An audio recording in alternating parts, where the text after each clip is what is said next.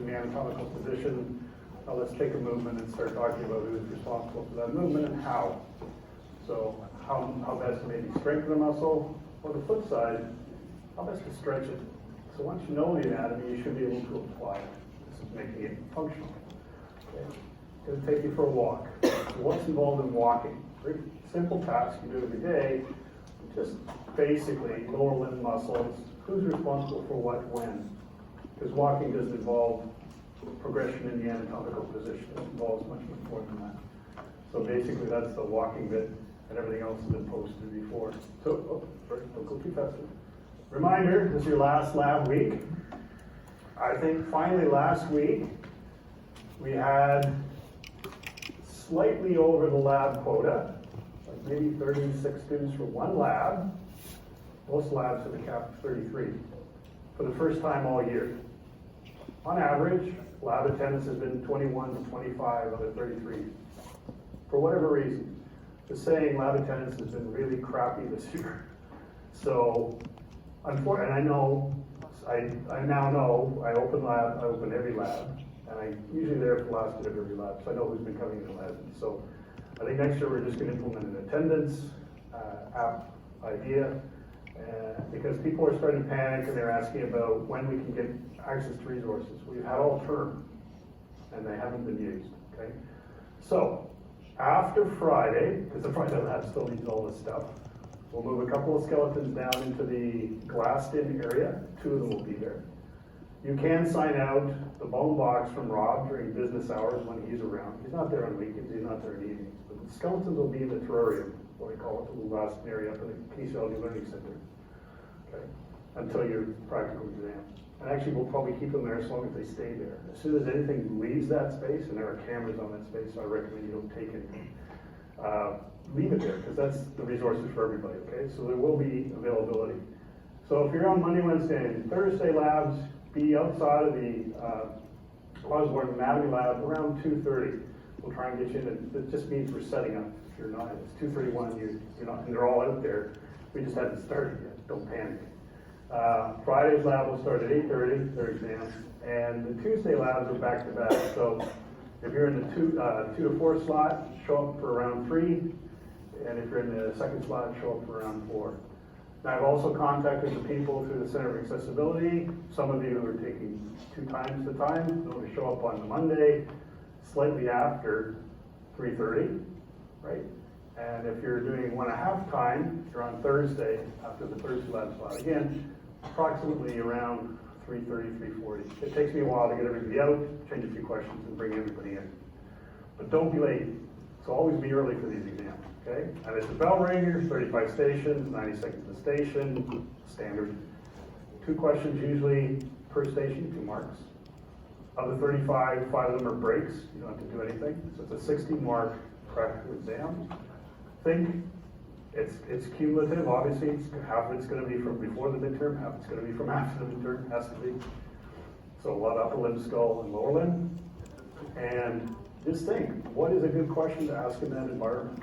Usually with an object, might be a figure of a skeleton with a very single muscle drawn, asking what's its nerve supply, what's its function, what's the muscle, that kind of thing. So an A and B question: what's the muscle, what's its nerve supply? Okay. There could be questions about how best to strengthen something or how best to stretch something, but it just means applying the anatomy itself. So that's the end. So if I'm done today, which I hope to be, the number 20th and second classes, they're do the lab exams. That week, next week, there won't be any classes. Probably this Wednesday and Friday, there won't be any classes. I'm trying to find a space up in Osborne where I can put up tutorial times for myself and some of the TAs where we're just there if you have any questions. Won't have resources, we're not going to re-lecture anything.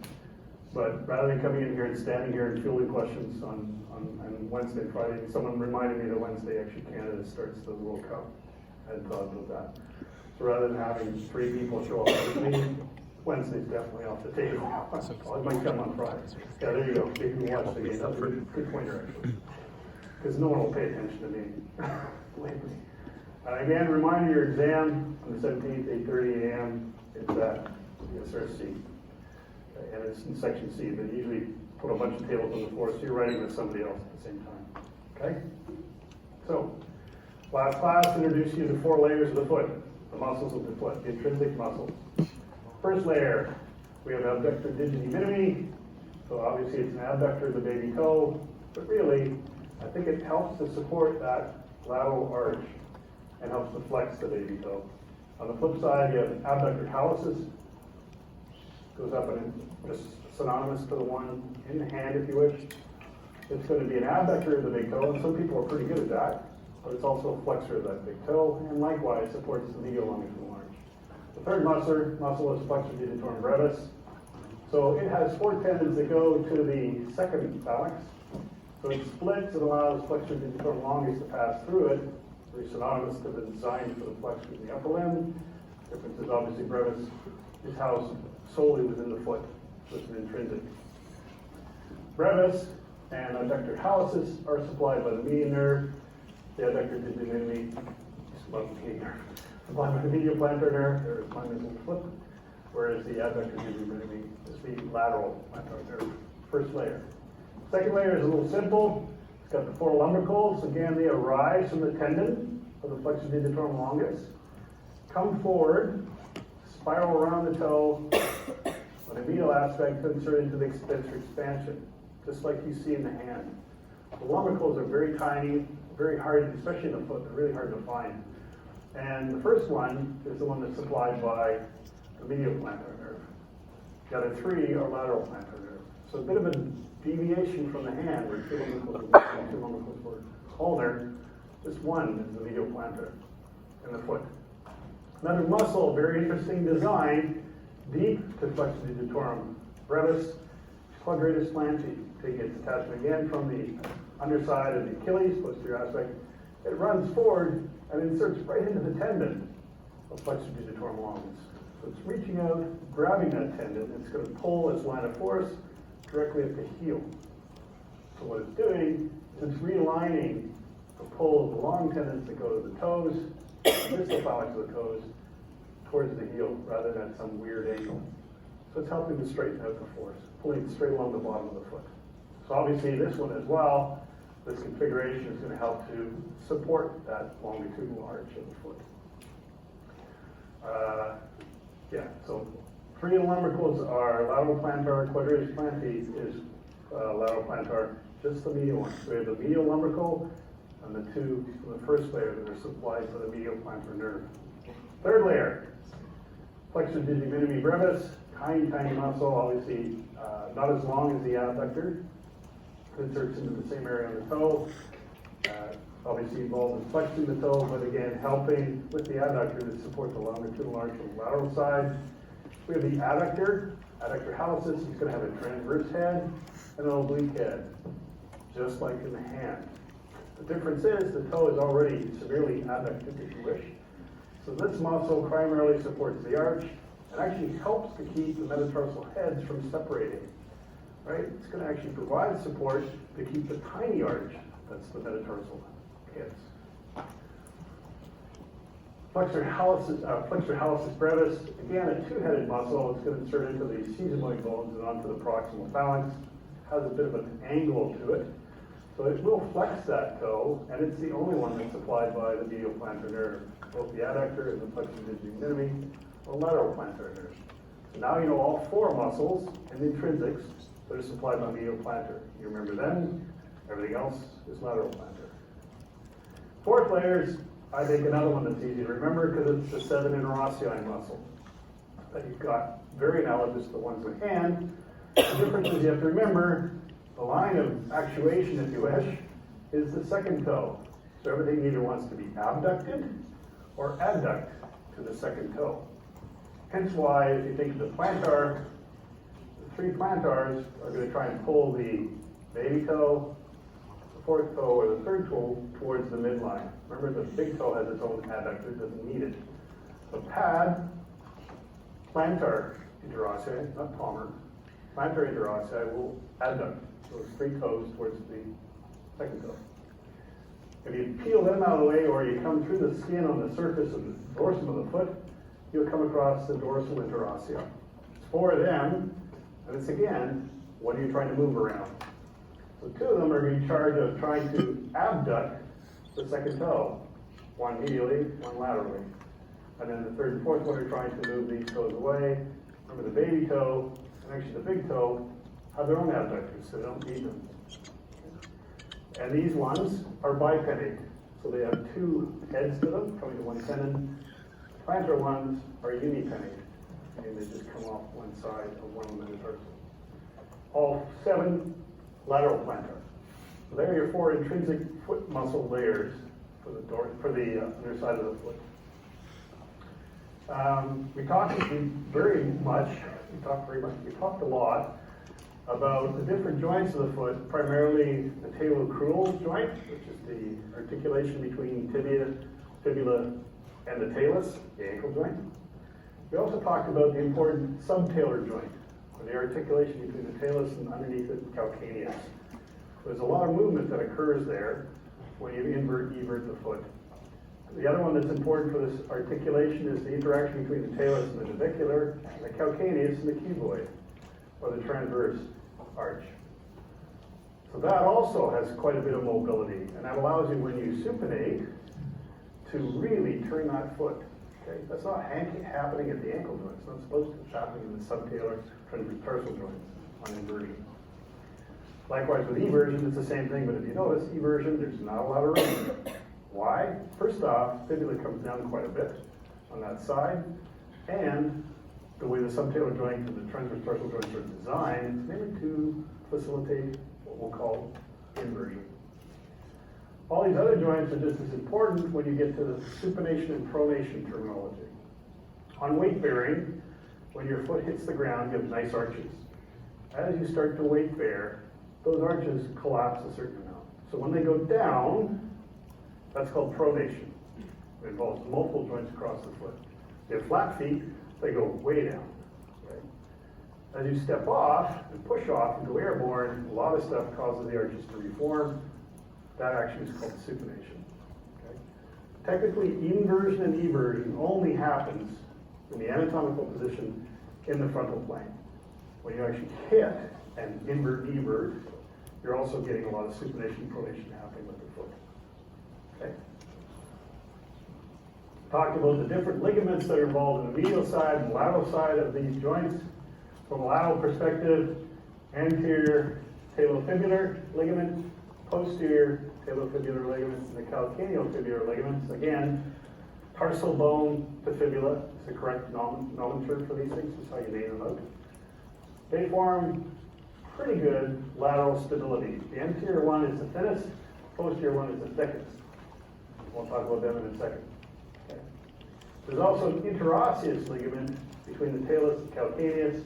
And again, if you're looking at a foot, there's a little cave there, right behind where extensor digitorum brevis and extensor hallucis brevis take their attachment. There's a tarsal sinus or hole.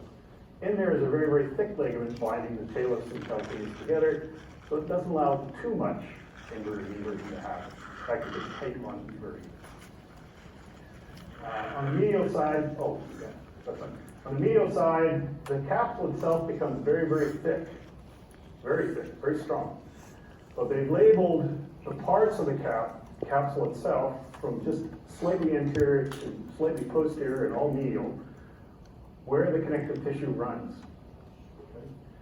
And so you can break it into 4 regions.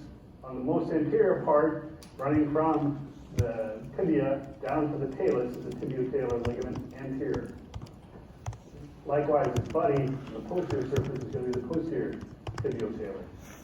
But there are also parts running from the tibia down to the navicular bone in the front and to the calcaneus, or the substentaculum tali. So tibio-navicular and tibio-calcaneal. On the medial side is what's called deltoid ligament commercially, in sports medicine. It's the tibia to the tarsal terminology. So you just have to remember they're different and get them right. Okay? Very, very thick. Very, very solid. In fact, you get fractures of bone before you get tearing of these ligaments.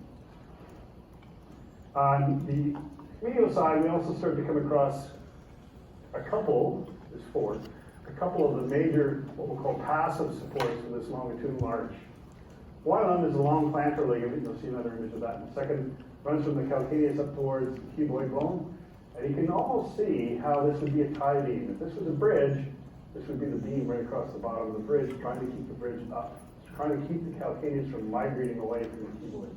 So very important, very thick ligament. There's a gap between the substentacular tali and the navicular bone, where the head of the talus would be sitting right behind that capsule.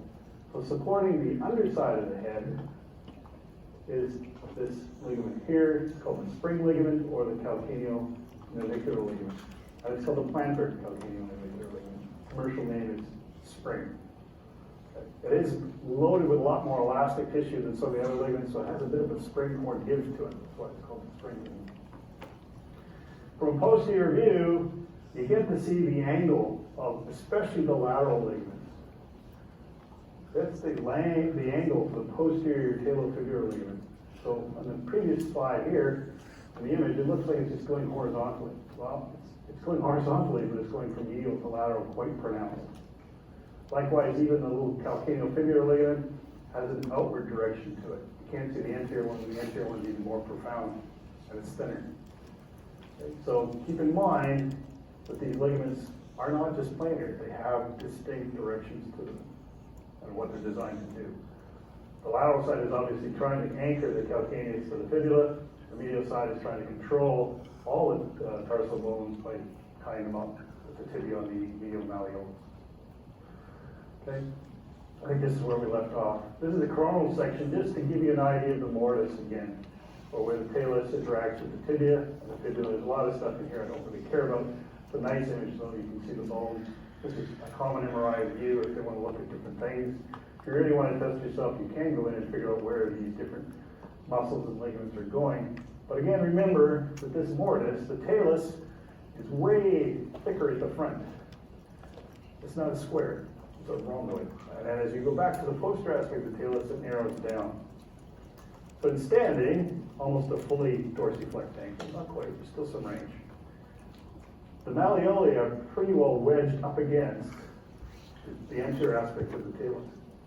I guess there's not a lot of slop in there. But as soon as you start to plantar flex, and there's a lot more range in plantar flexion, as you plantar flex, you start to swing that narrow part of the talus. Now it rolls in between the two malleoli. And there's a lot more play in there. It's not as heavily guarded, if you wish, or protected by the malleoli. So a plantar flexed ankle is an unstable ankle. Dorsiflex, actually, as you get into dorsiflexion, you drive the wide part of the talus right in between the malleoli. You do it hard enough, i.e. coming down from a fall or something where you're forcing dorsiflexion, that's where the head of the fibula will start to ride up on the tibia. That's why it's not that mobile, but it will move. Okay? Inferior surface ligaments, some of them we've already talked about, that are important. Remember, the first thing you'd come across in the foot, and Moore has a nice image of this, I didn't put it up there, is a very thick aponeurosis called the plantar fascia. Just like the palmar fascia in here, it's the very first, under the skin is this very thick connective tissue that rides all the way up, splits and goes to each of the toes. This is the very first layer of thick connective tissue. If you remove that, you remove all the muscles, you come across a lot of the ligaments. And there's a ton of them there, and you don't have to know, obviously. There are a few I would like you to know. So the first one we talked about is the plantar not that one. The long plantar ligament. So there's your long plantar ligament where it runs forward. So you can see it's lined up, very similar to quadratus plantae, digitorum brevis, very same idea. They're all going towards the anterior part, and it's going to connect up with the cuboid bone. So if you think of that, it's a nice tie beam. It's going to try and grab that front line of tarsals and pull them towards the Achilles. That's the long plantar ligament. There's another one called the plantar calcaneonavicular ligament, cuboid ligament. It's also colloquially known as the short plantar ligament. It's a little shorter and lies deep to the long one, but the same idea, same line, just deeper in the tissue.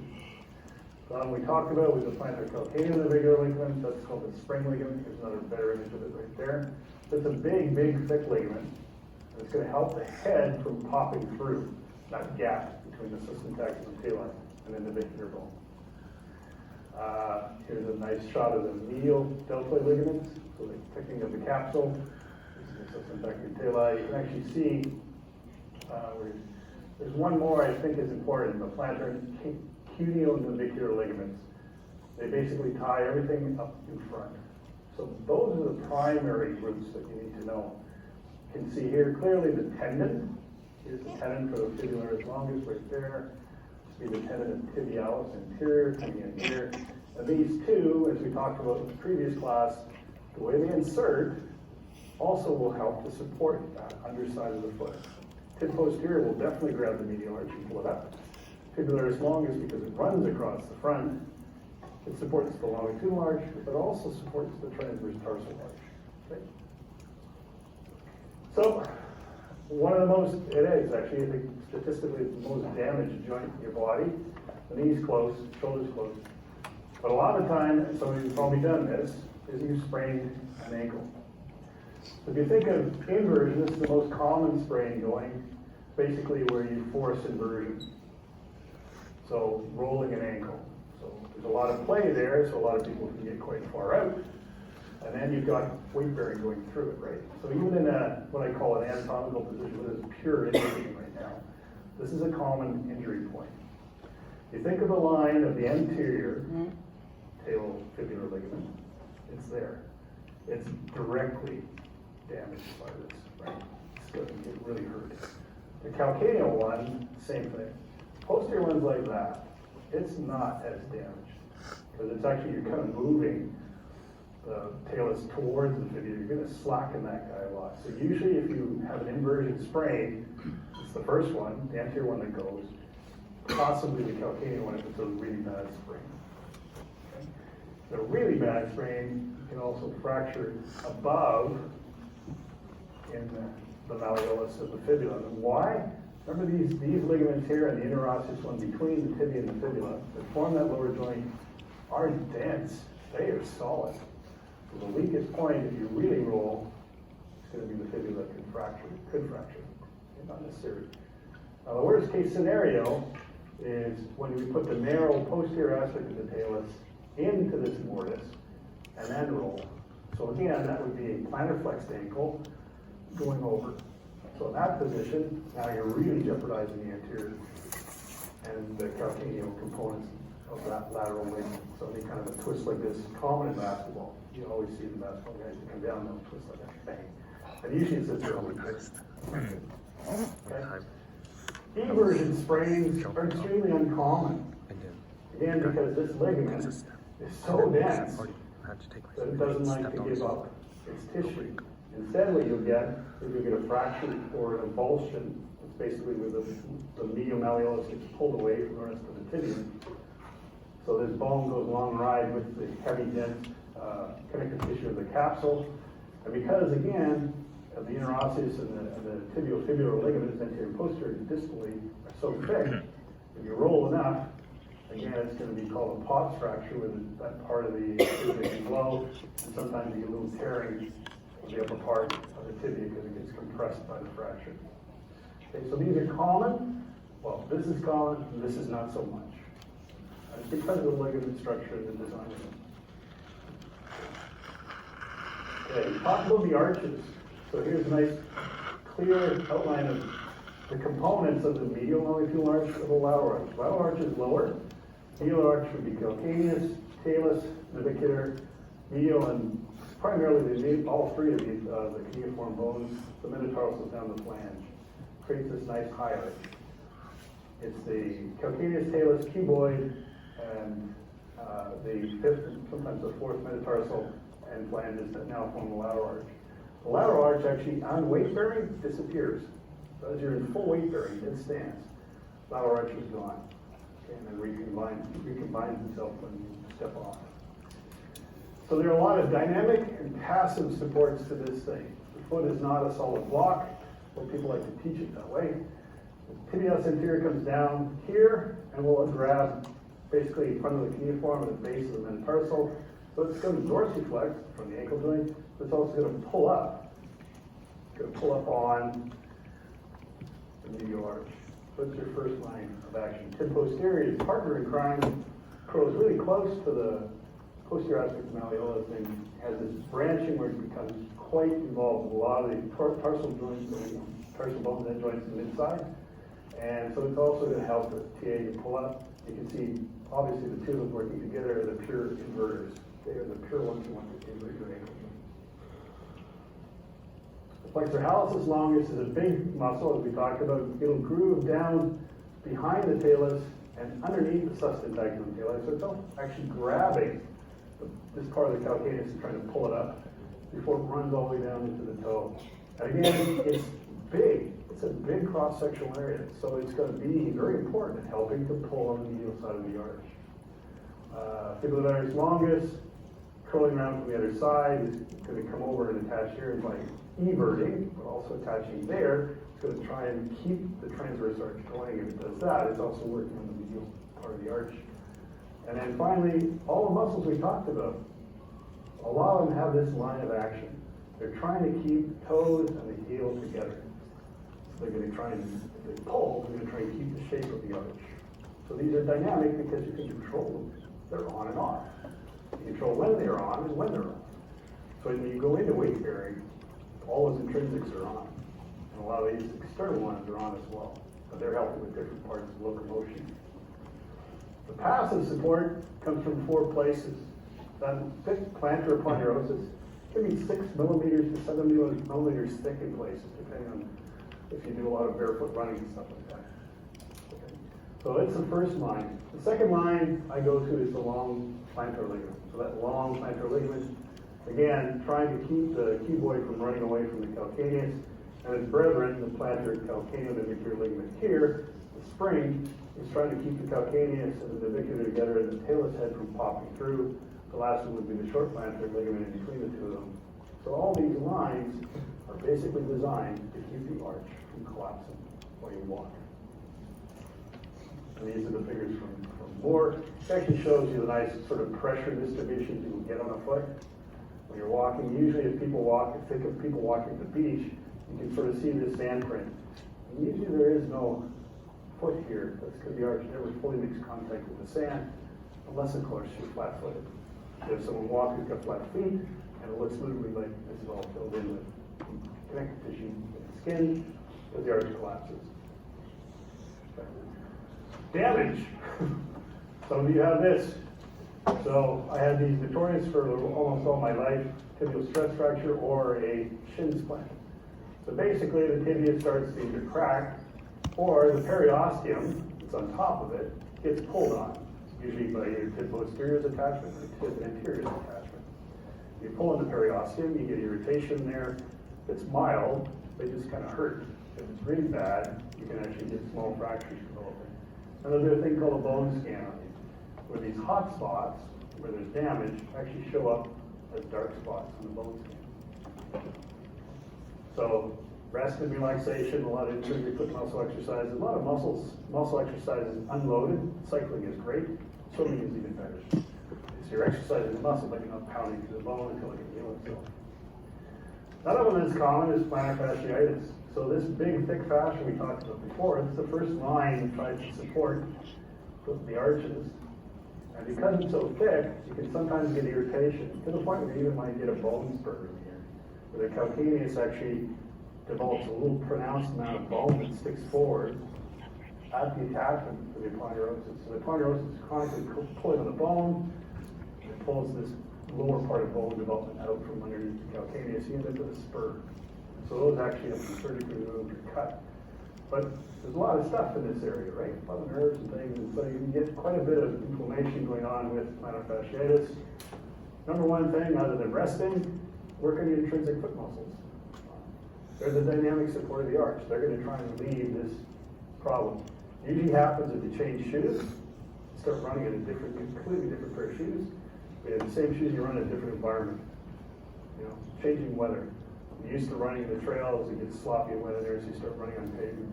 And within a couple weeks, you start to have either foot sole pain. Usually in the morning, you get up because there's something jabbing you with a nice stick. You walk for a bit, it kind of goes away. Or it never goes away. It depends on how bad it is. So this area, those arches are actually really important. Podiatry is basically the whole field based on. So, 2 figures and more I've never used before, but they're nice summary figures. Ignore the cutaneous stuff. Okay? You don't have to know anything about the cutaneous innervation of the lower leg, unless you so choose. If you ever want to find out where a nerve goes, when it's supplied all its muscles, then you can look at these tables. You should remember things that are supplied by the femoral nerve, anterior compartment, effectively. Or the medial compartment, obturator. And the distinctions, right? Pectineus sometimes gets the obturator nerve, but it's usually supplied by femoral. It is a hip flexor, it's also an adductor, a bit of weak medial rotator. But you can group them that way, that's the way Moore's taught them to. The adductors, again, primarily obturators, except one. Right? There's the hamstring component of adductor magnus, which is tibial.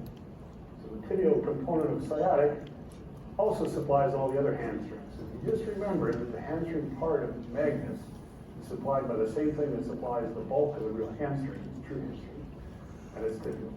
That's the distinction. If we go to the posterior aspect, now you do have the hamstrings. The only thing you have to remember is that there's a long head and a short headed bicep. Long head is a true hamstring, meaning it's got an attachment that will have influence at the hip and at the knee. There's also a smaller compartment below that called a deep or short head. Okay? And it's going to join the long head to be a knee flexor, but it has no role in hip extension. And it likewise has a different nerve supply. And rarely, it's actually the only one that's supplied by the common fibular nerve itself, by name. So if I ask you for the nerve supply of the short end of biceps, the nerve supply correctly is the common fibular nerve, because it hasn't broken up yet. And its fascicles are all intermixed. Okay? We go into the lower limb. Now you've got, on the posterior aspect, the big gastrocs, medial and lateral, and soleus. Deep to those will be plantaris. You can't really see it, it's not that important. 90 to 95% of your power comes from these guys together. In fact, we've done work studying them, that when you're quietly standing, soleus is on and the muscle is working like a clock. You record from low units, they very consistent. Only when you move back and forward, when you sway a bit, does medial gastrocs care. The whole time, lateral gastrocs is sound asleep. Until you start to go into plantar flexion, or dorsiflexion, and lean out over your foot. That's when the lateral gastrocs actually start to get kicked in. Okay, so although the three heads are all thought to be the same functionally, soleus, because an axe flexor, is on almost all the time. The only time it isn't, you have to actually lean back and put your center of mass so it falls right through the ankles. You're almost tipping backwards at that point. So when you stand with your body mass slightly in front of the ankle joint. These guys are chronically on keeping you upright. They're plantar fascias. All these, tibial nerve, including all the hamstrings except for the biceps, shorter. Carry on down into the lower limb. You have your deep ones, okay, your deep posterior compartment muscles. So things like tib posterior, flexor digitorum longus, flexor hallucis longus, tiny little popliteus, all supplied by the tibial nerve posteriorly. All have slightly different functions as they enter into the foot. If you go and swing around to the front, the anterior compartment, tibialis anterior, extensor digitorum longus, extensor hallucis longus. We have the two, extensor hallucis brevis and extensor digitorum brevis. And then fibularis tertius. So the tertius, again, outside of the foot, in front of the ankle. Weak dorsiflexor. Now you've got one that can actually evert the ankle, although weakly. All those, deep fibular nerve. Only two, fibularis longus and brevis, on the lateral side of the leg, in the lateral compartment, curl behind the lateral malleolus, so they will be weak plantar flexors. Okay? And because they're lateral to the center of rotation of the ankle joint, they will be true everters of the foot as well. Okay? And those are the only two supplied with the superficial fibular nerve. And then we go all of these foot muscles and intrinsics, and you know what they were supplied by because we used it. So you don't have to know all the cutaneous innervation stuff for the lower limb. Okay. Let's go for a walk. This now gets you thinking functions. So in gait or walking, we don't actually have a gait course. We should.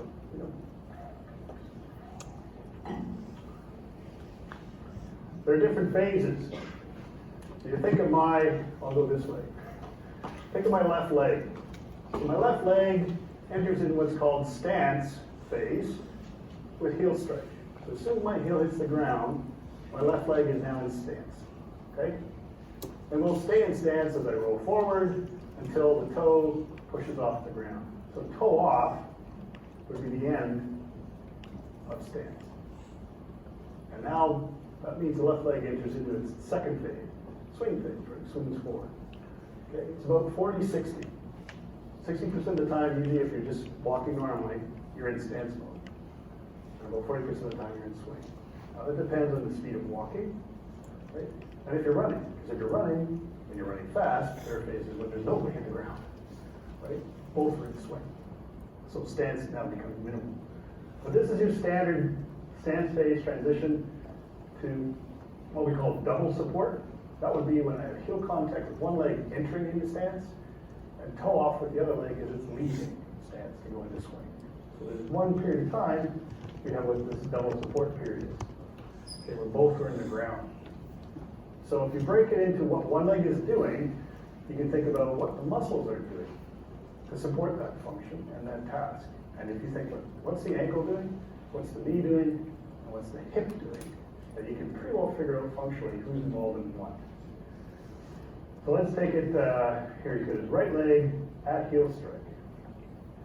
So again, with heel strike, you don't see slap, right? The foot isn't rapidly put into plantar flexion passively by you hitting the ground. No, the front of the foot is lowered carefully to the ground as you're walking. Well, who's doing that? TA. The tibialis anterior will come on. It's what? The dorsiflexor. What's the motion of the ankle joint?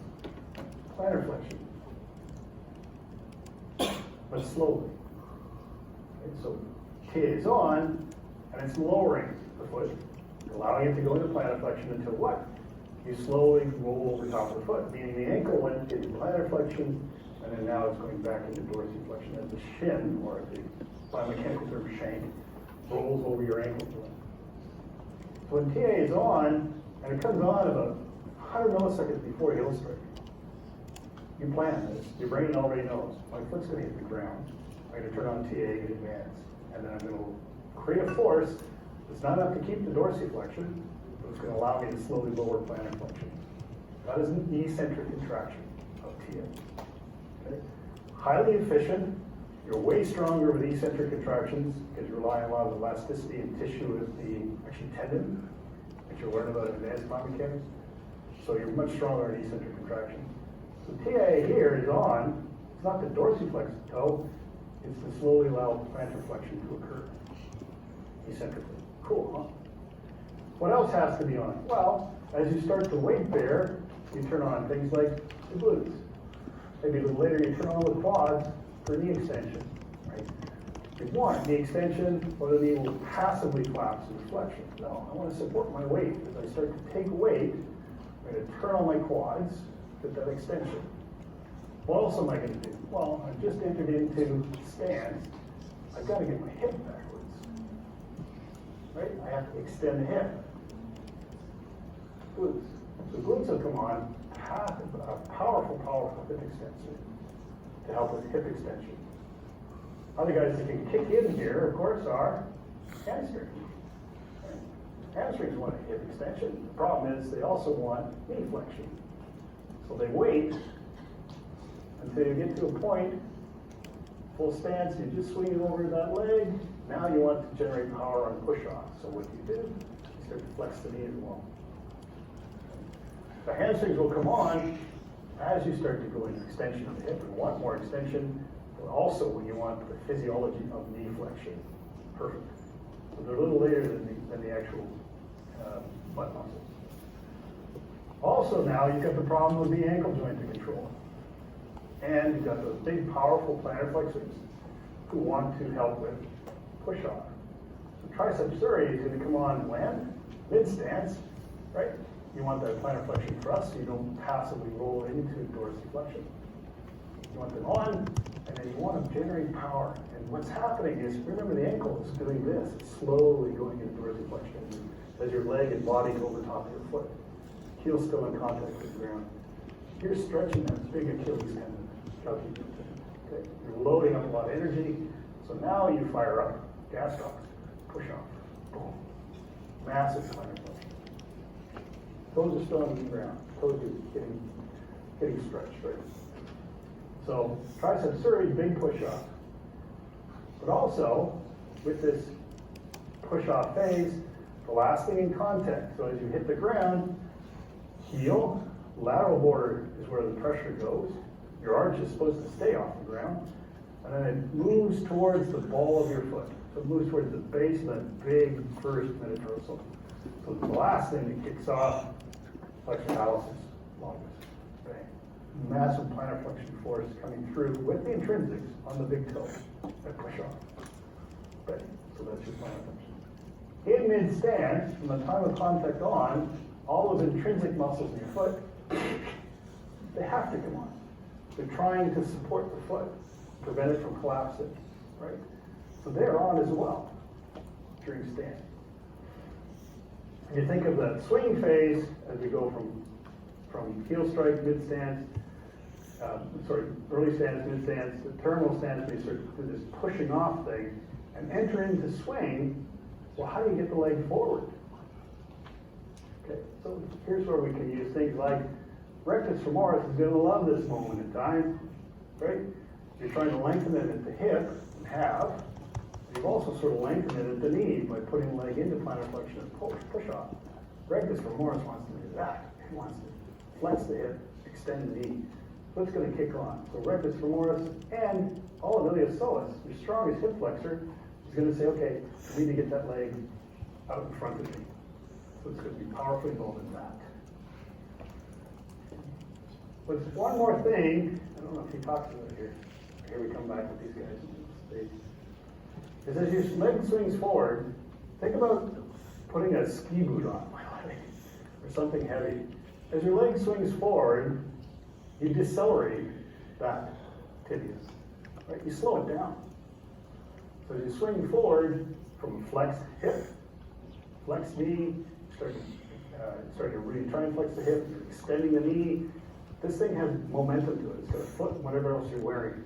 So what happens is the hamstrings come on to decelerate the tibia going forward. So you record from the hamstrings, they're lengthening at the hip, they're also lengthening at the knee. And so they come on first to decelerate leg and swing. This is really important if you take the whole thing and speed it up into running, right? Swinging your leg through and running, you're going to turn on the hamstring. So what's the time you're going to tear a hamstring? It could be either just before heel strike or push off. Other things that happen, we know, all your hip abductors on the stance leg, the gluteus medius minimus, have to be on, right? Because they're preventing adduction of the hip. They're abductors, so they're trying to keep the hip on the other side up so you can get swing through. Clearing the ground. Dorsiflexors have to be on. So you're dorsiflexing your foot so you can swing through. If you don't, your toes will hit the ground.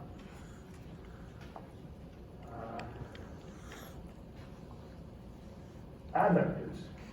We talked about them. From an extended hip, adductors will want to flex. From a flexed hip, adductors want to extend. So remember, those will be on again. If you pick up the speed of the run from sort of walking to running, now you can see how we kick in. All we did was logically think, during the movement of this joint, is this muscle being lengthened or shortened? And then you think, okay, it's being lengthened, but what's it doing? Is it still on? Is it trying to slow that motion at the hip? Or is it actually trying to go into extension? And that's why gluteus fires on. So you have to think as well, it may be on, but lengthening, not shortening. Okay? If you take all these little motions, you should be able in your own head work out who's doing what. Okay? And you simplify. You don't have to go into this push-up position and try and think about what the lower limbs are doing. Who cares about that? What's happening to the scapula? What's happening maybe in the trunk? We can even do that. who is involved in lowering and raising the body in a push-up? The same muscles are involved in lowering and raising the body in a push-up. Here, in the thrust phase of going up, triceps. In the lowering phase of lowering you down, triceps. But it's generating a force that's less than your body weight, and it's lowering you down. If it didn't do that, you'd face the ground, right? No. Pec. What's pec doing? Pec is trying to internally rotate, right? So it's helping triceps push you up. Pec and triceps together are carefully lengthening while contracting to lower you down. So eccentric and concentric.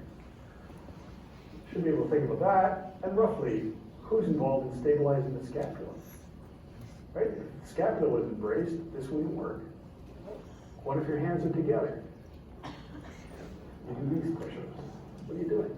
Primarily triceps. You're taking pec right out of the equation. Go to here. Pec, or the triceps. Okay. You getting the idea? I know it's overwhelming, but you should be able to pick out every single one of these. I mean, some of them are obvious. I don't want you to describe the muscles that are involved in keeping your arms on their head. That's not important. Who's doing this? The same people going up are the ones that are responsible for you going down. That's critical to remember. I think the other images I gave you, some of them are obvious. Again, the push-up one is obvious. I like these ones. Very simple. You know, barbell squat. Who's doing that? Who's raising you up? Well, you're doing what? Extending at the knee, extending at the hip. Pretty often. When you go down, the same muscles that got you up are the ones that allow you to go down carefully with the bar in your shoulders. They're just working eccentrically. They're contracting and lengthening. You should be able to work through them. Other exercises are actually designed to very selectively work biceps. Or even these triceps kickbacks work for isolating triceps. Overhead pull. That one was very good. Okay? So you should be able to, at the end, walking is intimidating. That's a lot to think about. But a simple motion of lifting and lowering something, or throwing something, you can actually isolate the important parts of the movement. Okay? And what's he doing? Or this one. That's impressive. That's pretty simple what she's doing. That. Okay, planking horizontally, yoga position curling, working in pairs. I think that's so many someone can break from that. Look at this. That's a kettlebell on a dumbbell. So think of what he's doing to his body. Isn't that impressive? What's he doing? Look at the cat. Looks like Ben Stiller. You got it. That's it for lecture content. You're done.